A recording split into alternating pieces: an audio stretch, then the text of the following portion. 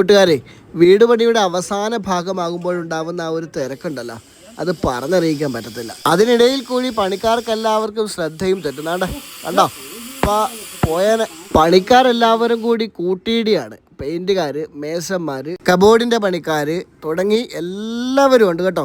ഇനി ഞങ്ങൾ കൂടി വരാനുണ്ട്, ഇലക്ട്രിക്കലും പ്ലംബിംഗ് കൂടെ വരാനുണ്ട്. ഞങ്ങൾ 2 ദിവസത്തിനുള്ളിൽ ജോയിൻ്റ് ആവും. DV ഡ്രസ്സിങ്ങും സ്വിച്ച് ബോർഡ് സെറ്റിങ്സും ഒക്കെ ആയിട്ട് തകതിമി ഒരു ബഹളമയമായി തീരും ആ വീട്. സ്ഥലമൊന്നുമില്ലല്ലോ. പിന്നെ ഒരു കൂട്ടരെ വിട്ടുപോയി. ആകാശത്തിന് മണ്ടയ്ക്കാണ് അവർ. ബസ് വർക്കുകാരാണ് കേട്ടോ. അവരവരുടെ പരിപാടികൾ ഇങ്ങനെ തകർത്ത് ചെയ്തുകൊണ്ടിരിക്കുകയാണ്. ഇതിനിടയിൽ കൂടി നമ്മുടെ ഫ്രണ്ടിലുള്ള ലൈറ്റ് സെറ്റിങ്ങിനുള്ള എല്ലാ പരിപാടിയും ചെയ്യുകയാണ് കേട്ടോ. ഒരു ചെറിയ പ്ലാനിങ് അവിടെ നടത്തണം. ഇതെങ്ങനെ സെറ്റ് ചെയ്തെടുക്കണം എന്നുള്ള ഒരു പ്ലാനിങ് ആണ് അവിടെ നടക്കുന്നത് കേട്ടോ.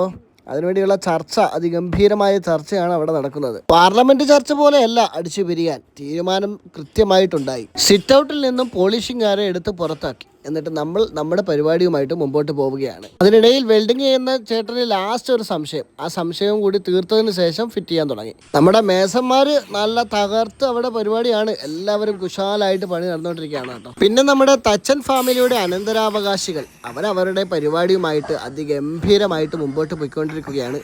അങ്ങനെ നമ്മുടെ ഈ വീടിൻ്റെ പണി ഏകദേശമൊക്കെ ഫിനിഷിംഗ് ലെവലിലേക്ക് എത്തിക്കൊണ്ടിരിക്കുകയാണ് കേട്ടോ.